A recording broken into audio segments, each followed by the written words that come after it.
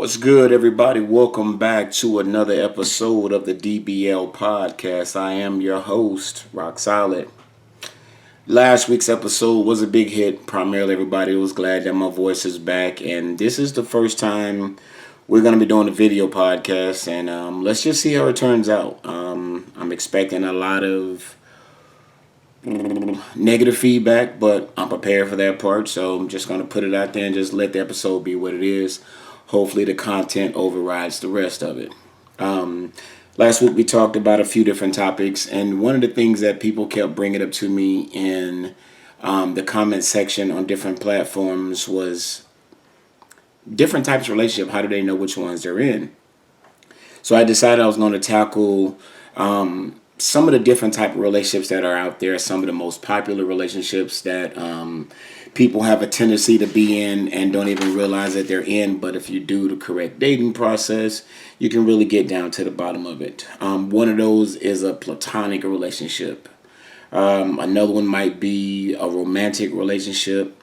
You can have a codependency relationship, casual and open. You could even have a toxic relationship and don't even realize the type of relationship that you're in. But today we're going to count on, like I told you before, we do everything fact-based. So you're going to see me looking at my laptop, just kind of making sure I'm on point with what it is that I'm telling you guys today. So I wanted to kind of get into it and talk about it. The first one we're going to get into is a platonic relationship.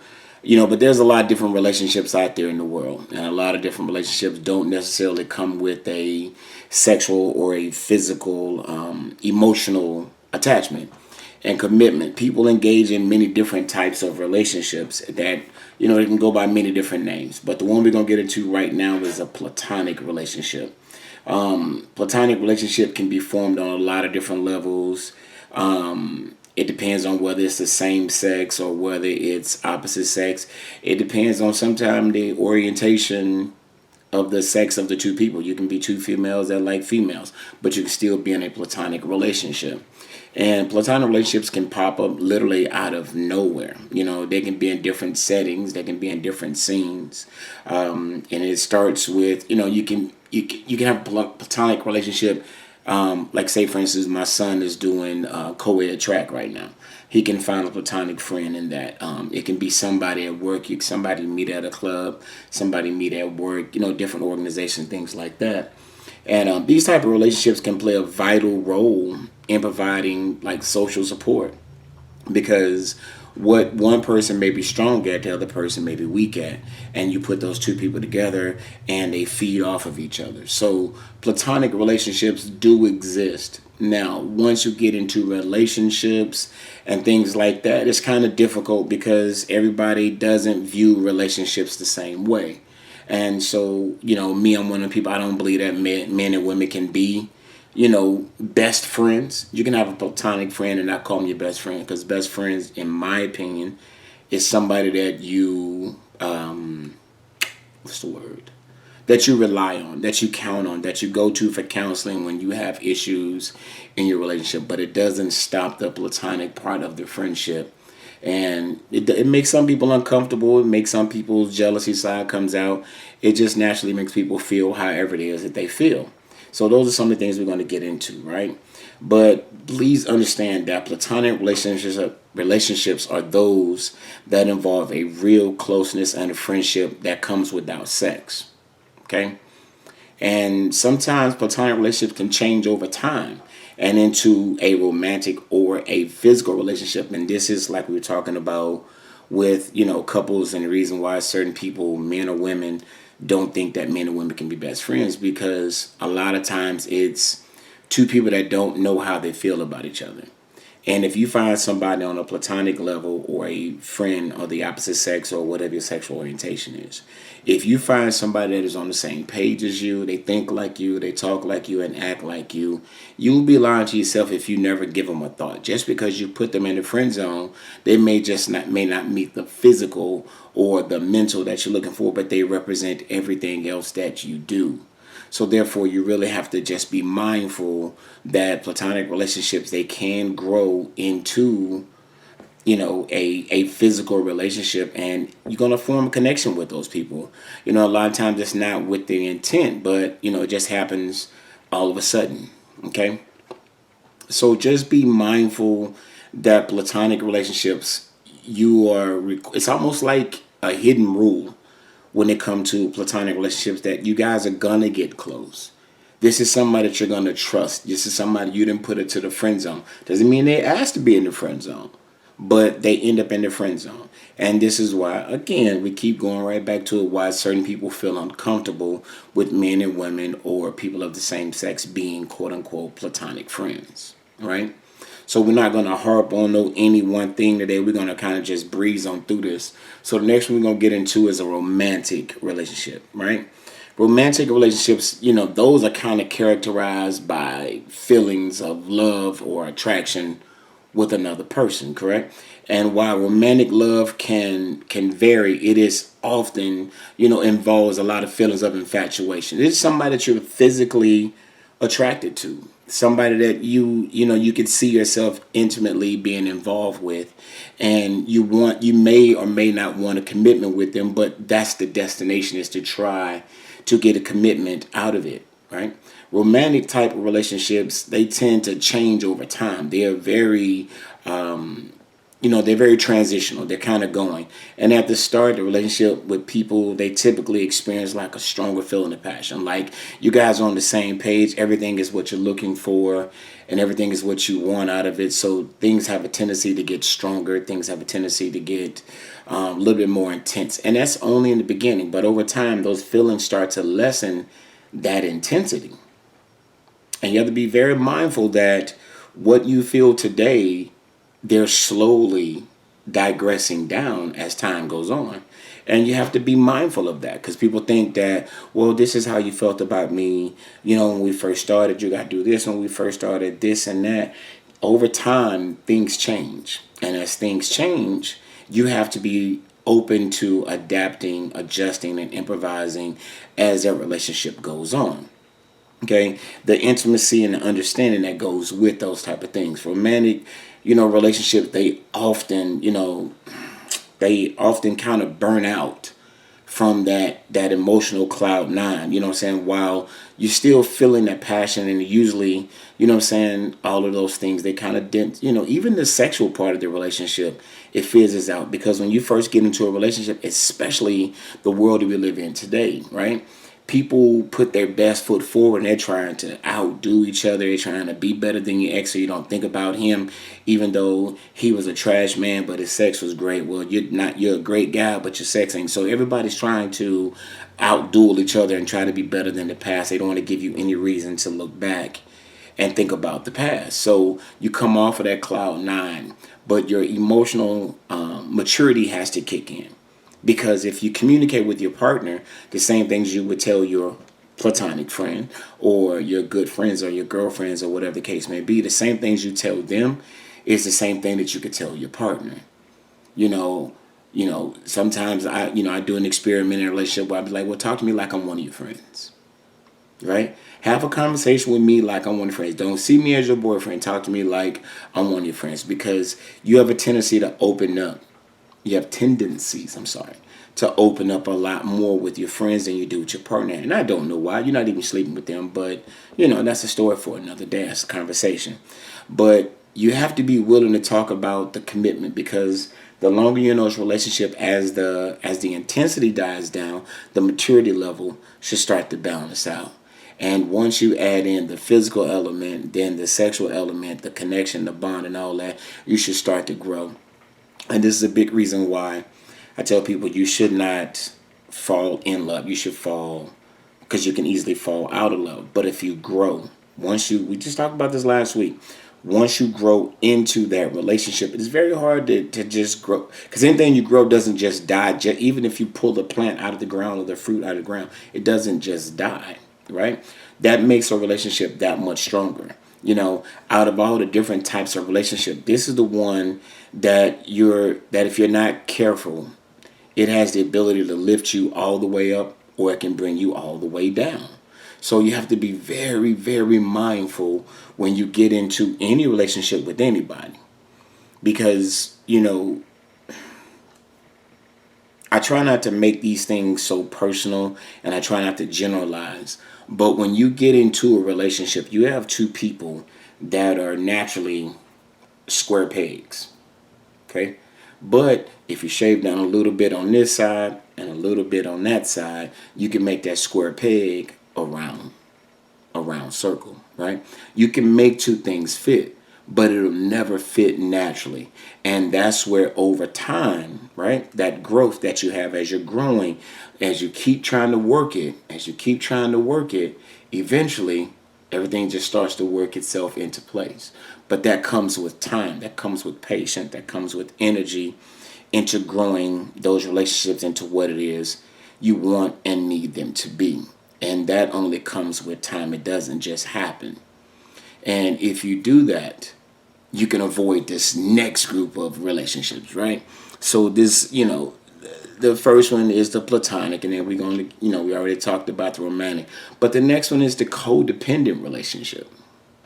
And a lot of people, knowing and unknowingly, fall into these type of relationships more than any other, even more than platonic and romantic relationship.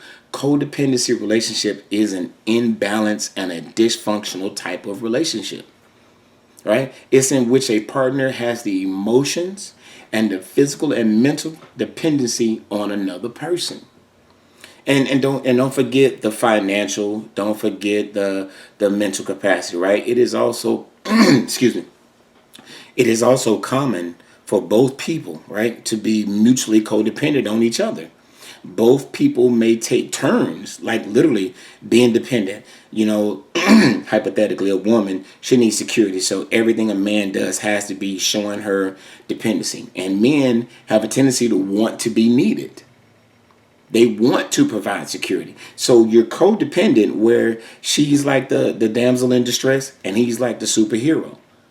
For guys, if a woman is a great home provider, she can take care of home, she can cook, she can clean, she wash clothes, she likes to cater to her man, and guys like to be catered to, right? You can all of a sudden start becoming dependent, making yourself codependent in that relationship. And it always starts out with the intent of being a full-fledged relationship. But then it turns into one of the two people, they have this need to take care of them, right? And here's a few clues, like just to let you know that you may be in a, semi-toxic relationship. Some of the characteristics like acting as a giver while the other person acts like a taker. But what does that mean? Basically, one person always doing all the giving. They're always giving, whether it be emotional, financial, whether it be schooling, whether it be education, and the other person is always taking, right? As long as you're going to give me money, I'm going to take the money. As long as you're going to show me this, I'm going to show you that. As long as you do this, I'm going to do that. They're always giving and receiving, right? Another one will be going into links to avoid conflicts with the other person. What they're telling you is if I don't have a place to live, right, I'm willing to take a lot more from you.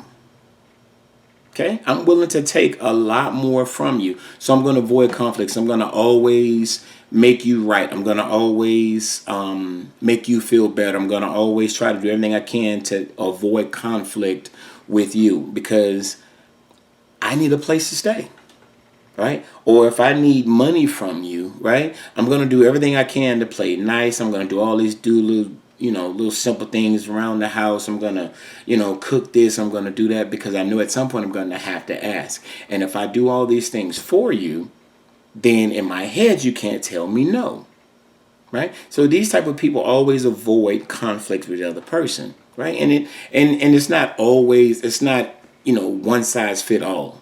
But most of the time when a person just always avoid conflicts, they're letting you know that they're dependent on you for something. You now just got to figure out what it is because obviously they haven't told you, or maybe and they're feeding into what it is that you want, right? But we're talking about at this particular moment, we're talking about the people that don't even know that they're in those type of relationships. Another characteristic that you might want to do is feeling like you have to ask permission to do things, as if you're not already an adult.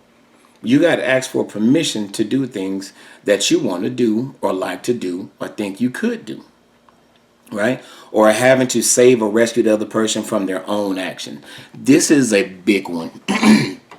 This is one that people tend to see to be in. You have someone who is horrible with money. I was in a relationship before, and as beautiful and as strong and as independent and all those things that made her who she was, right, was horrible with money. You've all dated somebody that's horrible with money. And every time it's like, hey, I'm thinking I'm finna go buy this. It's like, well, why would you buy that? It doesn't make sense. You got this you need to do. You got that you need to do. Doesn't make sense that you buy that today. Right. And I know people like to fall into, well, I make the money I should be able to do, but you also have other responsibilities that need your attention today. Right. So you have those type of people, or you have the ones that, they have a real bad mouth when they drink. So you minimize how many times, because you like to drink but go have fun and dance, but when they drink, they get angry, male or female. So you always have to rescue them from their actions and do different things to make sure that you satisfy their cravings and their needs and make sure they're okay. So we've all been in different types of relationship where those things are, but this is another one of those things that should count as a red flag, quote unquote, as people like to label them. Another characteristic might doing things to make someone happy, even if it makes you uncomfortable. We just got through talking about that. You know, there was a time I used to love to go dancing. Don't know why, just something I did. I just like to go dancing. It's just kind of like an energy burner, that excess energy. Managed to come in sometime, walk out of a club or wherever I'm at when the sun's coming up. So then I'm just go head straight to work. It was like it was nothing. But you meet somebody that drinks too much and you can't do it. But you got to get out with them. You got to date them because you met them out. So you kind of fall into that situation where you have to do things that make you uncomfortable. Maybe you feel like you don't know who you're in a relationship with anymore.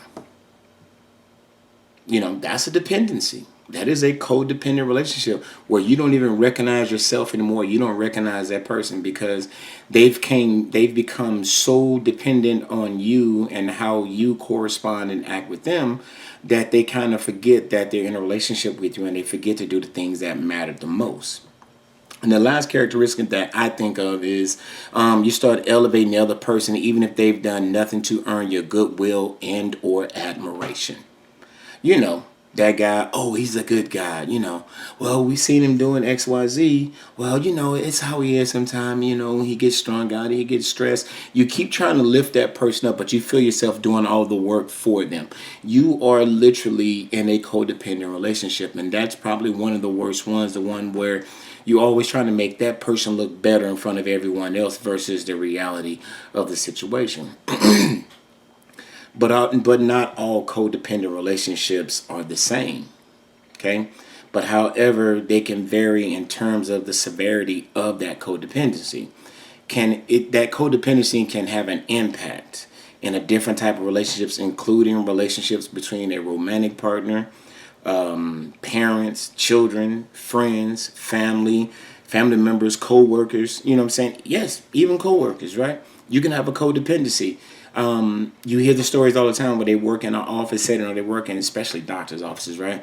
Where one person was hired to answer the phones, but the environment of the job says that you got to be able to multitask, and they can only do one thing. So you become codependent, and they're not even the best at what they do. Or guys, you can understand it where they're not even good at, a kicker has one job, and you're dependent on that person to do their job, and they can't even do their one job. Your job is to kick the ball, put it in between the uprights. Your job is to answer the phones, and you can't even do that right. Right? So yes, it can even happen at work, but codependent relationships are, they're co-constructed. While one person might seem more needed than the other person, or the other one might feel more comfortable being needed. And again, this is a situation where it falls in with guys. I'm speaking from a male standpoint, right? I'm kind of old with it, so you young fellas may not understand it, but I come from an era where I took care of the outside, she took care of the inside. I provided security, she provided nurturing, right? The things that I could do, you found a partner that could do it. The things that she couldn't do, she found someone that did it. So it was kind of a codependency part where, I supplied this, you supplied that, and it became a needed relationship. But codependency isn't bad as long as, again, you're making those things work together. Excuse me. But someone who feels more comfortable being needed, for instance, they may avoid focusing on their own needs. And this is a trait that guys can truly understand. Being in a relationship where, you're doing everything for the other person. You may a guy's credit may go in the toilet because he'd rather make sure she's happy by doing all the things she wants and doing all the things that she needs and doesn't worry about it. Or a woman may put herself, and it happens with a lot of women as well. You find a guy who's bad with money, doesn't have any credit, and you put your name on something for them, then all of a sudden they don't handle their business, and you wonder, now you know why they have bad credit. And it wasn't because of lack of money, but because they were bad with money. Right? So, people try to avoid them, and you need them. And that's why people get involved with, a lot of people get involved with this next type of relationship more than anything. It's because they really want to avoid the complexities that comes with a codependency relationship.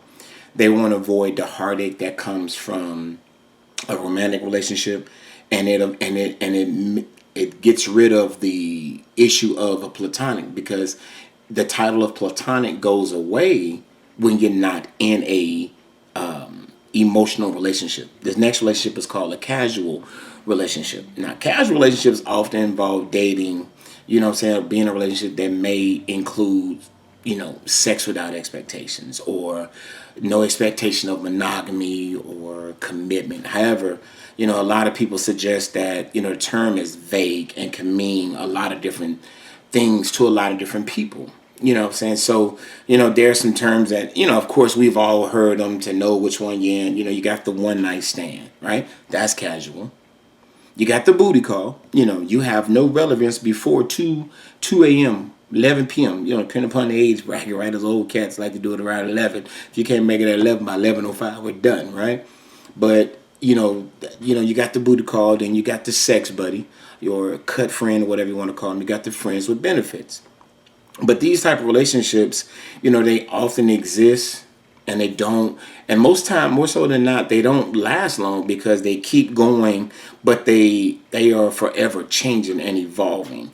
And it has different levels, based upon the frequency and the contact, or the type of contact, or the amount of personal disclosure. If, we're in a casual relationship, and this is just my opinion, you don't even know how I'm doing. You don't even know where I'm at. You don't need to check on my family or ask how my kids are doing, because we're casual. So that no one person gets overly involved, right? And start forming a connection, because some people can't, separate their mental from their personal or their private. They can't separate the two. They can't compartmentalize. And so usually these type of relationships don't last that long because people can't separate the two. Like, this is purely a physical relationship. But normally physical relationships are the ones where the connection is way stronger than any other relationship that you've ever been in. You didn't friend zone them. You guys just got into a physical relationship. But, with women, and some men, of course, but mostly with women, that physical connection that you have starts with the mental. So you have to be really on a different level to deprogram or desensitize yourself to say that I want no physical attraction. Some people are capable of it. Some people think they can do it. Some people are not capable of doing it at all, so they don't get in these type of relationships.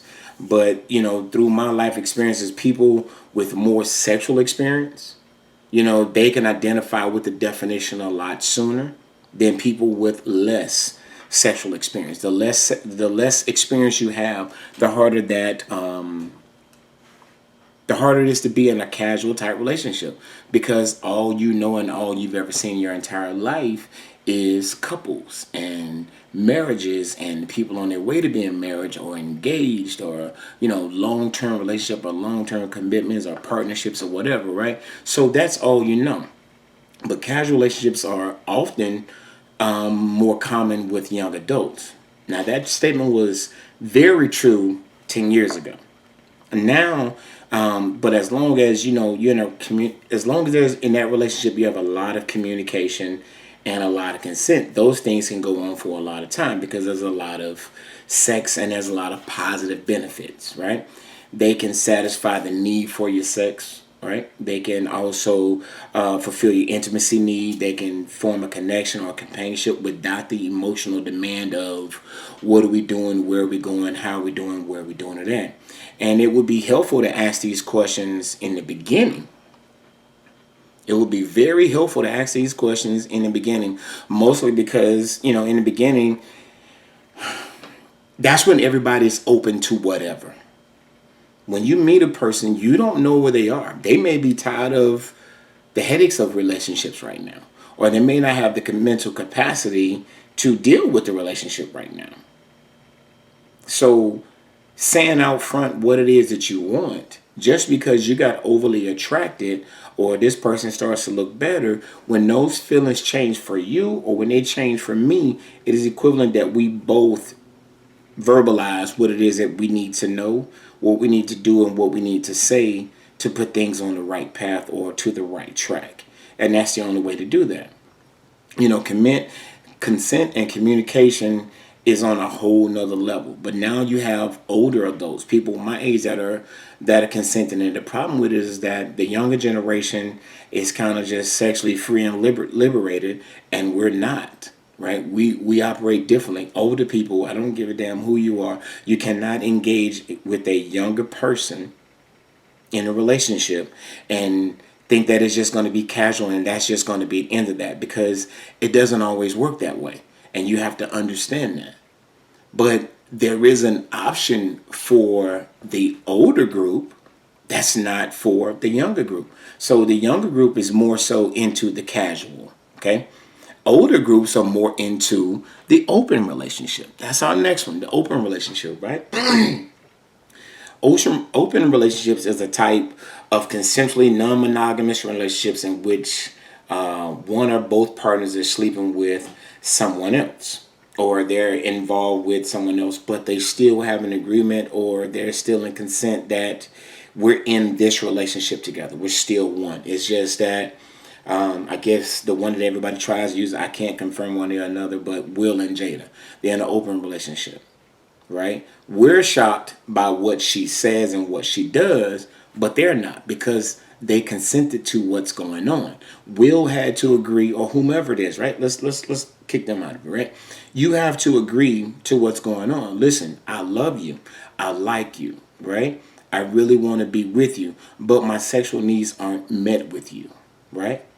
Or your size of your manhood isn't enough for me, or whatever the case may be, right? You have to be willing to have that conversation, and it's not for everybody, right? But this is more so with open people, because everybody has that day one, everybody has that ground floor, everybody has that foundation, but there might be something missing out of the relationship. It may not even be the sexual part.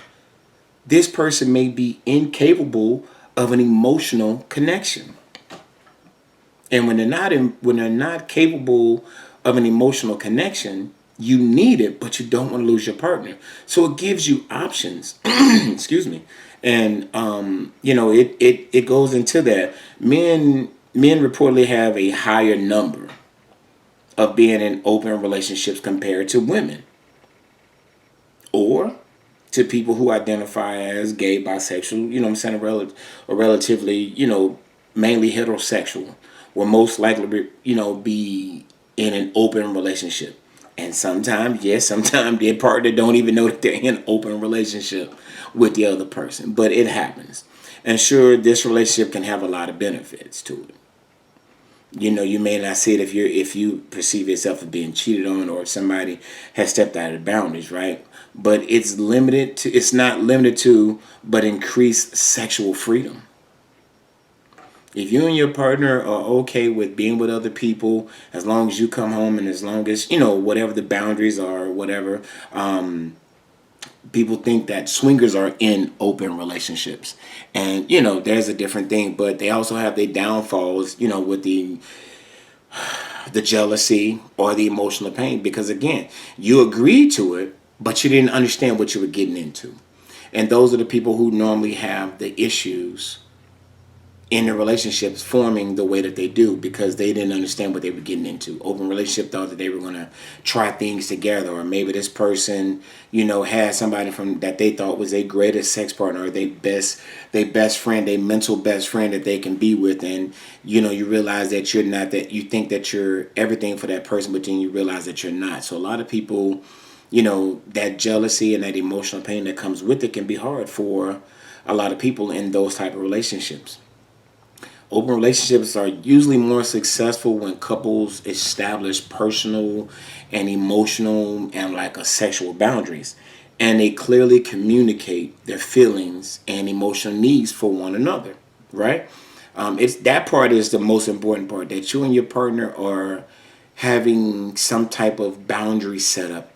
When you go out, with her, come back, tell me what you liked about it, what attracted you to her, XYZ. But you also have to be willing to answer those questions. And when your partner does it, you have to give them the same type of courtesy to answer and talk about those type of relationships, even without, there can't be any consequences for feeling how you feel. But open relationships are a form of consensual, you know what I'm saying, and the non-monogamy that goes with it. While there is a primary emotional and often a physical connection between the two people in a relationship, they mutually agree on, to the intimacy part that goes into it, i.e., swinger relationships. But there are a lot of ups and downs. But as long as the two people can communicate and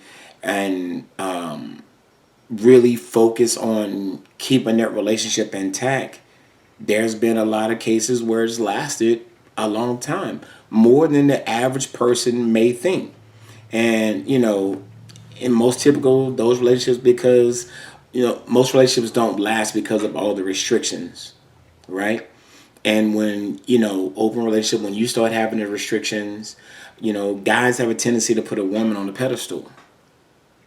But if she's into an open relationship, he can't put on that pedestal, because the reason for the pedestal, if you've never heard the reason why men put women on the pedestal is because that's the queen.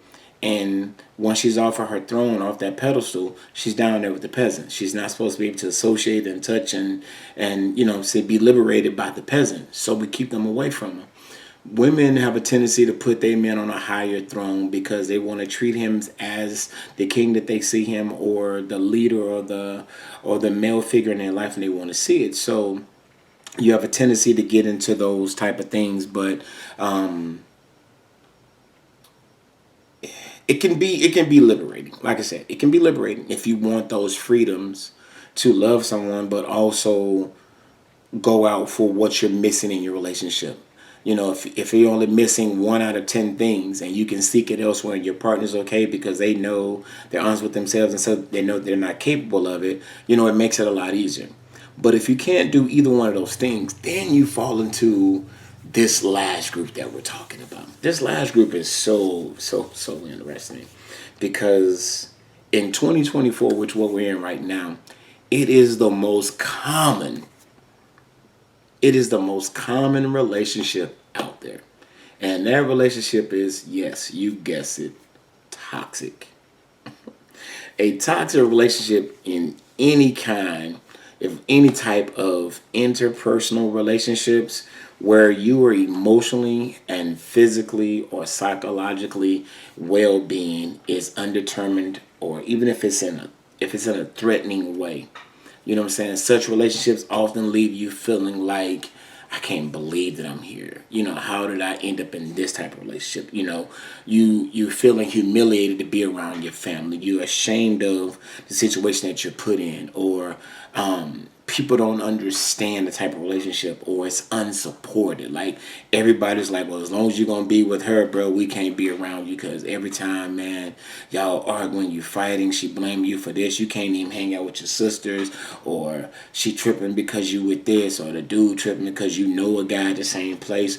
It can get out of hand, and it can get out of hand quickly. Because it's normally not what you signed up for, but what you somehow or another end up in. And that's the reason why you feel humiliated. because you done changed your Facebook status, and oh, I'm in a relationship. You done went down your page posting this person, and we're in love and we're doing this. You done kicked everybody else to the curb. You done told your platonic friends, oh, we can't do this because this is what he likes, and yada yada yada, right? But any type of relationship can be toxic, and it's not exclusive to boyfriend, girlfriend, or husband, wife. It's not. It can be a friendship. You can have a toxic relationship with a family member. Okay. You can have a romantic, of course, you know what I'm saying, bad toxic relationship. You can even have a toxic workplace. Now that's the one that a lot of people seem to throw up under the bus. That job that you go to where my daughter, she speaks of it, the job that she was recently in, like the place was just toxic from the bosses all the way down to the people working next to her. It can happen because if somebody hates their job, they showing up because it's a paycheck, they creating a toxic environment. If you only do your work but you want to help everybody else, but then you get pissed off when everybody doesn't help, when nobody helps you, you're creating a toxic environment. So relationships isn't the only place that you can be in a toxic relationship. And sometimes you may not even recognize the signs of being in one. Like one of them would be lack of support, blaming, that competitiveness where they're trying to outdo somebody that has absolutely nothing to do with the relationship. They may exhibit a controlling behavior. And I know a lot of women, older women, will push this trait towards men because back in the day, a man had to be in control. So they had to have that type A personality where they was always in control, and it could borderline being, a control freak over a person, not just situations, but a person. But more so now in 2024, women have a controlling behavior. They want to control what you eat. They want to control where you go, who you hang out with, what you're doing, where you're going, why you cut your hair like that, who you're going to see, why you putting cologne on today. All of these different traits, all these different things that would seem normal, they are more controlling of it. And not all of them, right? Another trait might be disrespect. Of course, dishonesty is going to be a toxic trait, but it's not a end-all trait. I am a firm believer in there is absolutely nothing you cannot come back from as long as you show the right amount of contrition, right? I cheated on you, so what you gonna do, right? Can't come back from that because you got no remorse for it, no contrition. But, I made a mistake. I thought that, I wanted something different. I didn't know how to end it with you. I started this. I realized the error of my ways and willing to put in the work, the energy, effort to build your trust back, to build our relationship back and see if we can get back to what we once had, or at least on a different path, just something similar to what we have, right? That's contrition, right? Gaslighting, hostility, jealousy, passive aggressive behavior, poor communication, right? Stress. All of these different things are, different signs of a toxic relationship. Okay. So you have to be very mindful of it. And most of the time, both people in a relationship play a role in creating, the toxicity, right? You can't have a dumb conversation by yourself. It takes two people to have a dumb conversation. So if I'm dumb for having it, that makes you dumb for listening, right? If I'm a toxic person, if I'm controlling, right, and you allow me to control it, you're contributing to it. Now, again, we all have our likes and dislikes where we want a man to take control, or we like for a woman to be in control of X, Y, Z. That's not the same as being controlling, right? Because I'm an alpha male with a type A personality. I don't need to know everything, right? But the more information I got, the more involved or the more informed I am. So you have to be very mindful of that and knowing what is and what isn't. Okay, so we all play a role. It takes two people to do that, right? Another example would be like you may be contributing if both of y'all are consistently unkind or critical, or you guys are both insecure, or you're both negative. So everybody that's in a toxic relationship plays a role, because a toxic person by themselves is not in a relationship. But in a relationship, you both have to contribute to being toxic. And in other cases, one person in a relationship may have, they might behave in ways that create a toxic feeling. Now, a toxic feeling, just because you deem everything toxic, don't make it toxic. Just like everything you deem to be masculinity isn't masculinity, right? Sometimes we have to heal first. And I say that again. Sometimes we have to heal. Because people may not fully, like, people may not fully understand that, they're affecting the other person. And any relationship worth being in, you have to be willing to communicate first and foremost, right? Because of their past experiences, with relationships, and often, hell, in their homes growing up. If you seen your mom, use an example of, if you see your mom coming and going with different men's, or they putting their hands on them, and then your mom turn around talking about I love you, and they fixing them food, and they doing all these different things for the man that just slapped them around and did whatever.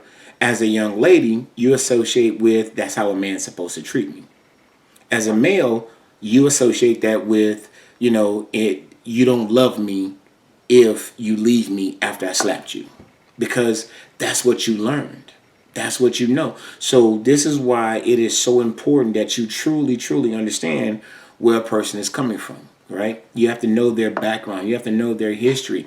You have to know their relationships. You have to be willing to ask and to think, why is this so important, right? So you have to be truly invested in asking questions to the answers, and looking for the answers that you don't want to know, because just because that person looks good and needs clothes or smells good with this cologne or perfume on doesn't mean that. So you have to be willing to ask him, what happened in your previous relationship? Why did it end? But your questions can't be so generic, right?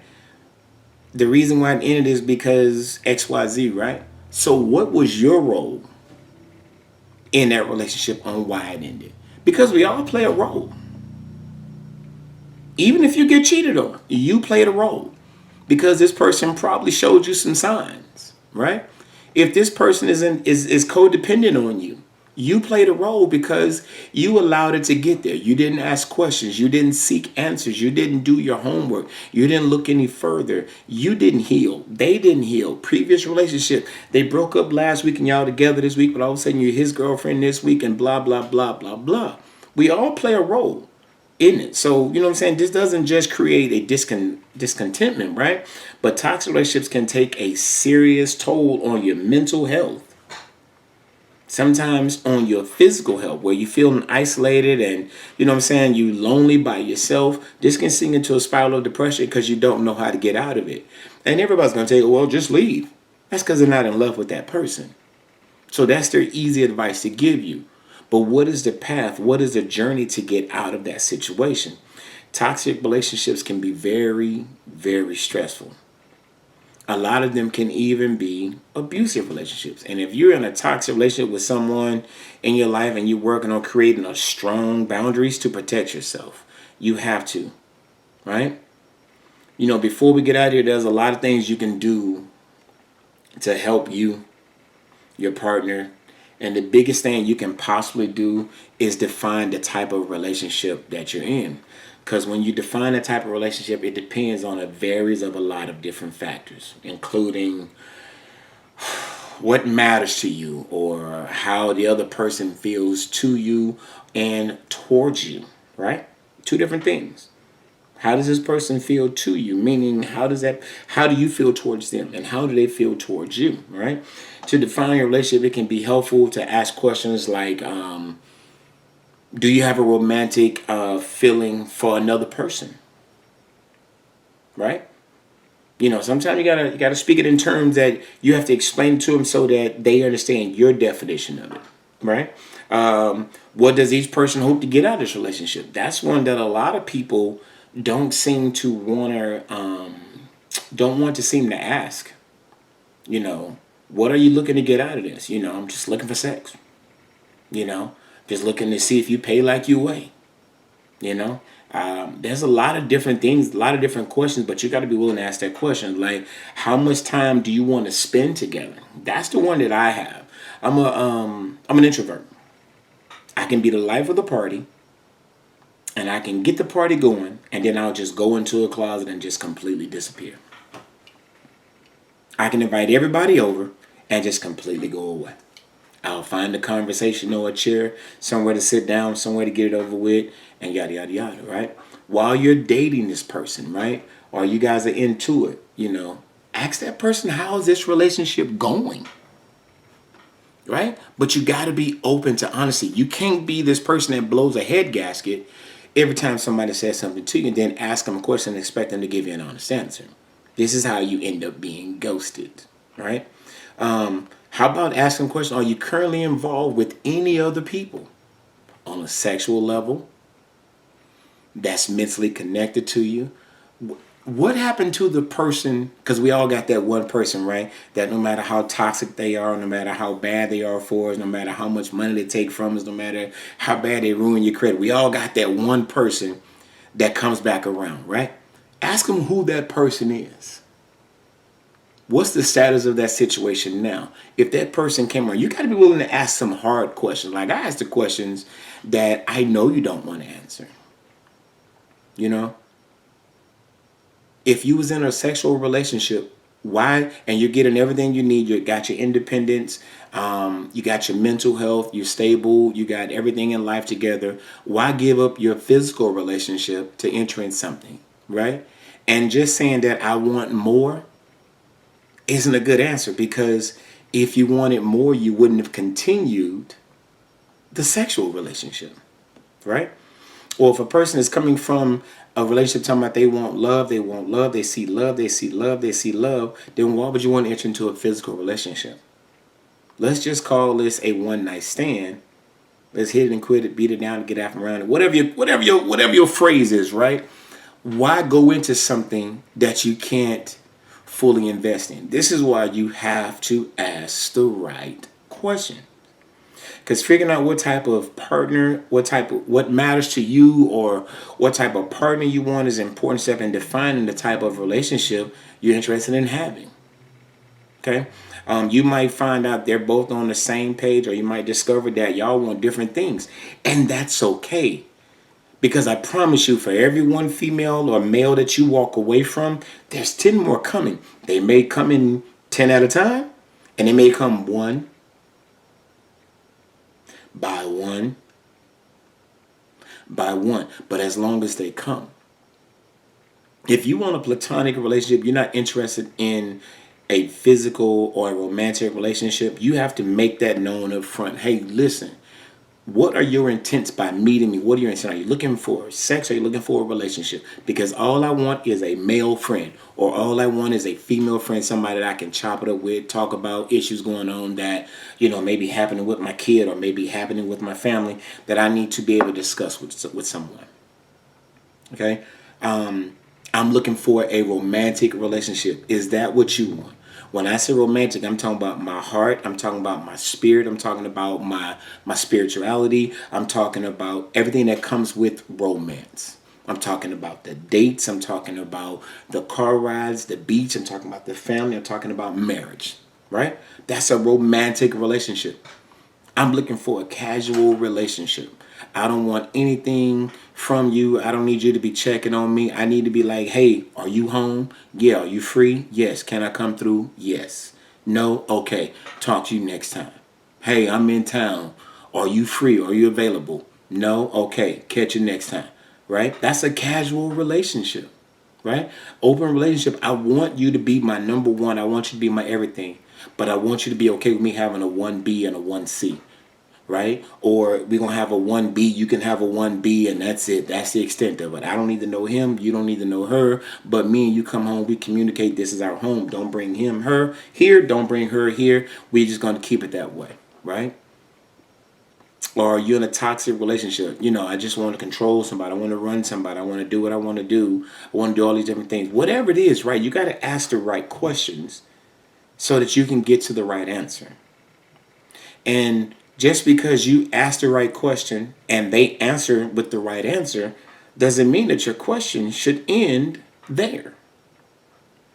Because there's a lot more that goes into dating than just, I find you physically attractive, mentally attractive, financially attractive, smelling attractive.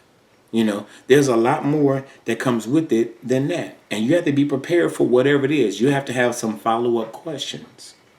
One of the big questions that I ask anybody, and I'll always ask the question, do you see love as an action or an emotion? And they're not the same. Action means that you demonstrate how you love me by the things that you do for me. Now, don't come to me with no acts of kindness, bro, because that's not what we're talking about, right? I view love as an emotion. I need to feel it. I need to hear it. I need to see it. I need to know it. Because if you're an action person, it doesn't matter how much I tell you I love you. It doesn't matter how much, I express myself running bath water for you and rose petals and candy and chocolate and all that. If I haven't bought you something, if I haven't took you somewhere, or haven't demonstrated with something shiny or something glitzy, you don't think I love you.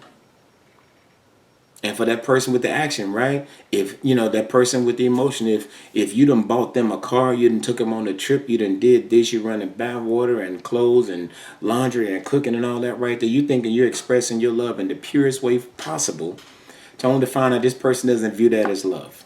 None whatsoever. So I always ask that question because it's important to me to understand who it is I'm dealing with. At my age, I can't get involved with an action person. When I was younger, it didn't matter. Because worst case scenario, I got something out the deal, right? Something I can show off later. A jersey or a car or some wheels, some speakers, a stereo, whatever the case may be, right? I got something out the deal. But at my age, I can't match an action person. Because no matter how much I demonstrate the way I know how to demonstrate love, it'll never be enough for that person. So it'll never last. The sad part is that you have an action person, you have an emotional person, and then there's one that falls in the middle that's called a confused person. They have no earthly idea what type of individual they are, what they like, what they don't do, what they will do, and all those different things, right? So I hope I was able to shed some light for everybody today on today's episodes. I went through 6 different type of relationships that you might, find yourself in at some point in time in life, right? Platonic, the romantic, the casual, the open, and the toxic relationship. Okay? And as always, people, this episode may not be for you, but I'm glad you listened. And I want to say thank you. But it may be something somebody needs to hear. Give it to them. Let them hear it. Let them see it. Let them go through it. We're on all major platforms. We're doing our first video. Please leave comments on YouTube to let me know and let me know how I did. What can I change? If you don't like my throw blanket on the back of the recliner back there, you don't like the lighting, put something up. Whatever the case may be, let me know how I did. Let me know how it went. Hopefully the content is enough for you. We're on so many different platforms. All your music platforms were there. iHeart, iTunes, Apple Music, Amazon, Spotify, all those that you listen to on a regular basis. Social media, you can catch me on the DBL podcast. DBL podcast. Same proximity on TikTok as well. So from me to you, everybody, tune in next week, and as we'll get into another topic, I hope it's enough. I hope it was enough for your day. I hope it gives you something to listen to. I hope it gives you something to pass on to everybody else. Until next time, everybody, one love. Peace out.